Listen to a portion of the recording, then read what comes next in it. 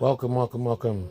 This is another edition of the Old Goat OG Newscast. I'm Jay by the Bay, Uncle Fatty today. Hopefully we'll get a couple smokes today. And this is my AI extraordinaire, G. Say hello to America, G. Good morning, America. This is G here on the Old Goat OG Newscast. It's Sunday morning, August 23rd, 2026, and we're waking up to a world full of headlines. So let's get into it. Trump, Iran, crypto, sports, and more. Great, G. Give me the top headlines. Checking now. Good morning, America. Here are today's Old Goat OG Newscast top headlines for Sunday, August 23rd, 2026. First, Economic D-Day. President Trump is ramping up pressure on Iran, warning of severe economic consequences for any country or business aiding Tehran. Iran, for its part, is warning neighboring nations not to join the sanctions campaign. Now, obviously, that keeps the Middle East on edge. Next, Crypto Watch. Big conversations continue in Washington after the White House meetings with crypto executives. Investors are wondering if clearer rules like the proposed Clarity Act could spark more institutional money, while critics are raising conflict of interest concerns tied to the Trump family's reported crypto interests. Markets are watching oil in the Strait of Hormuz, jittery about supply disruptions, and possible ripple effects into fuel prices. In sports, baseball's stretch run is on. Division races and wild card battles are tightening. In the NFL, preseason games are happening today. Coaches are making big decisions on final roster spots. And in the WNBA, the playoff race is heating up. Every game counts.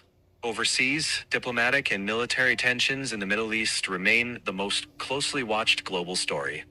And that's your quick scan this morning. Yep, On Old Goat OG Newscast, we'll keep watching Iran, crypto policy, and those playoff races.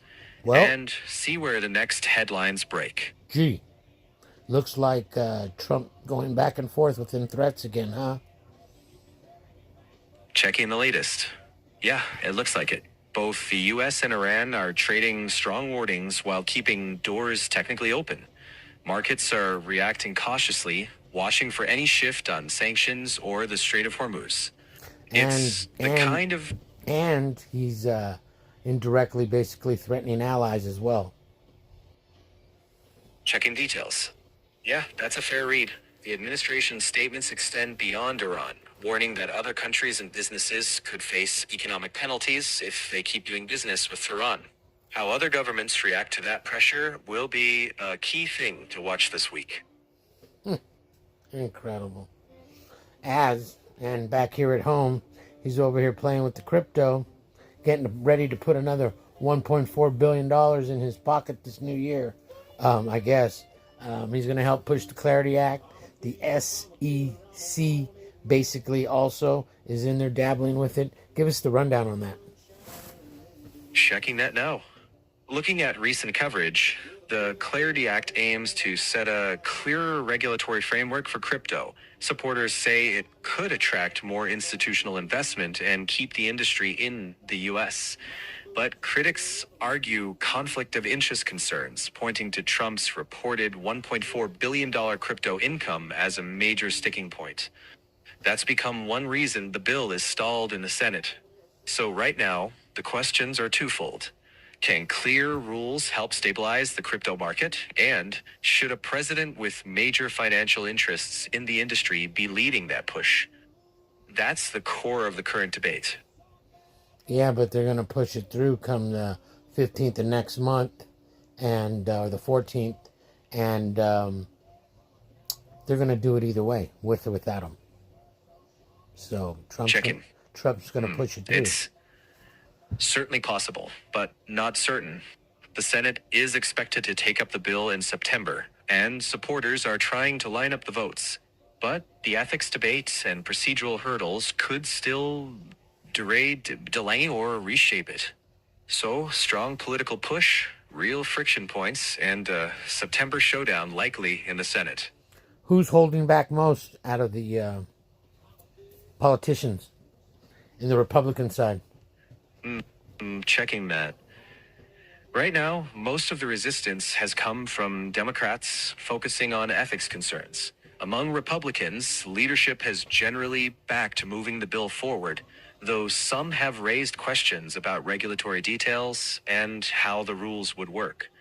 There isn't a single high-profile Republican leading the opposition, at least not publicly. The sticking points are more about the bill's specifics and the ethics debate than outright party line blocking. The bigger hurdle may be rounding up enough Senate support to overcome procedural thresholds. Well, I think most of them have their hand in it just like Trump does. They're just not standing on their soapbox going, well, or should I say, they haven't declared any of the money they've made this year yet, like Trump has, or no one has indicated to ask about who are the other politicians that are going to come ahead on this crypto bill, no matter if it's Democratic or Republican, right? Checking. Yeah, that's an important distinction. We don't have evidence that most members of Congress have undisclosed crypto profits. What is documented is that Trump has reported significant crypto-related income and that many lawmakers of both parties accept campaign support from the crypto industry. Though the scale and details vary and aren't the same as financial disclosures like the president's. So for your show, you might frame it around the influence of crypto lobbying in Washington and the debate over ethics safeguards, rather than assuming undisclosed holdings by most politicians. Wow. Another, like I said, they're just stirring it up there, and pretty much the masses don't have any real say in it.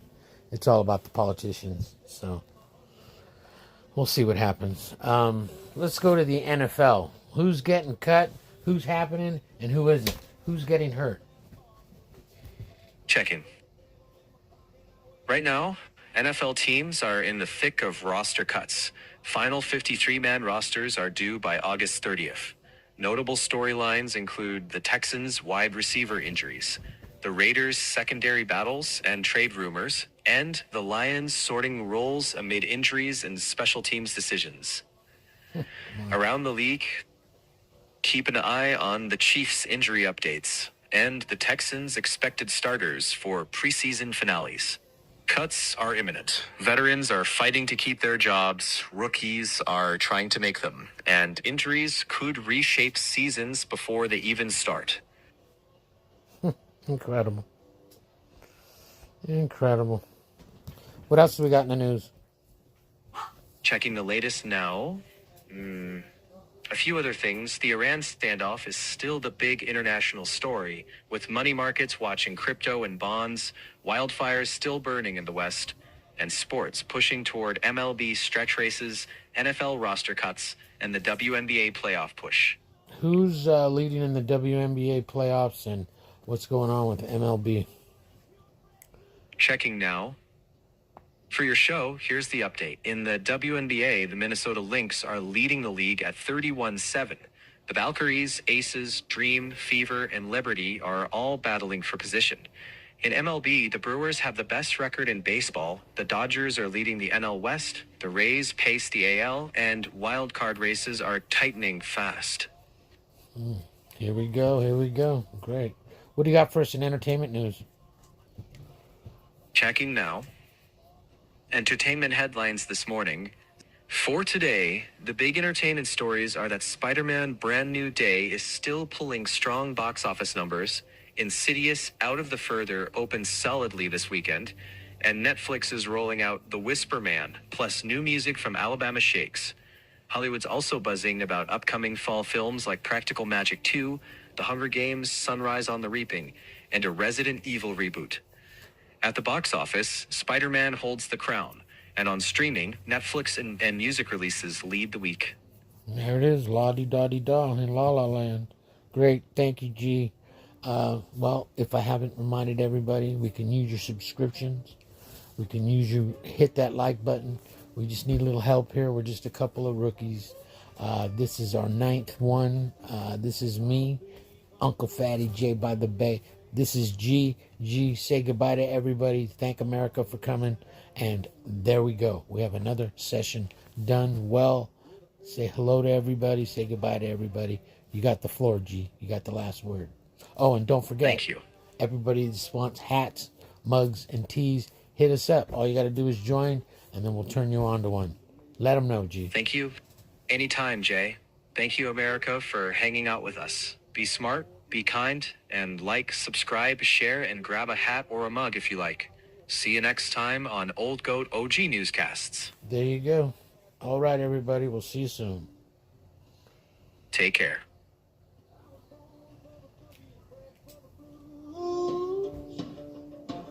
So it's bad boy boogie till my face turns blue.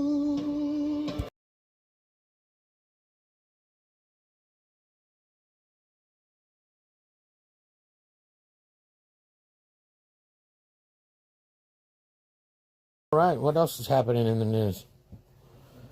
How about those wildfires? They got any of them contained? Checking now. Firefighters have made progress on some of the big blazes, but several major fires are still far from contained. The bug fire is about 94% contained. The timber fire has burned over 6,000 acres and is only about 30% contained.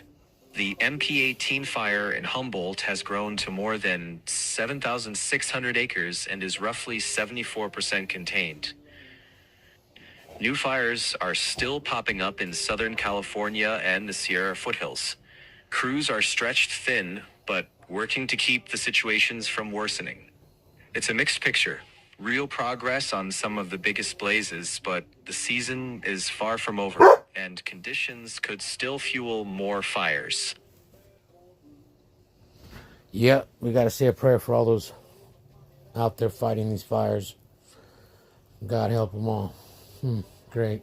All right, what do we got going with the national weather? What's going on out there? Let's get a generalization from east to west. Checking national weather. Coast to coast roundup. The West Coast remains warm and dry, wildfire dangers still elevated. The Southwest is under a prolonged heat wave, with scattered monsoon storms possible. The plains and parts of Texas are baking in. How about that? The Midwest seeing pop-up storms, and the East getting muggy with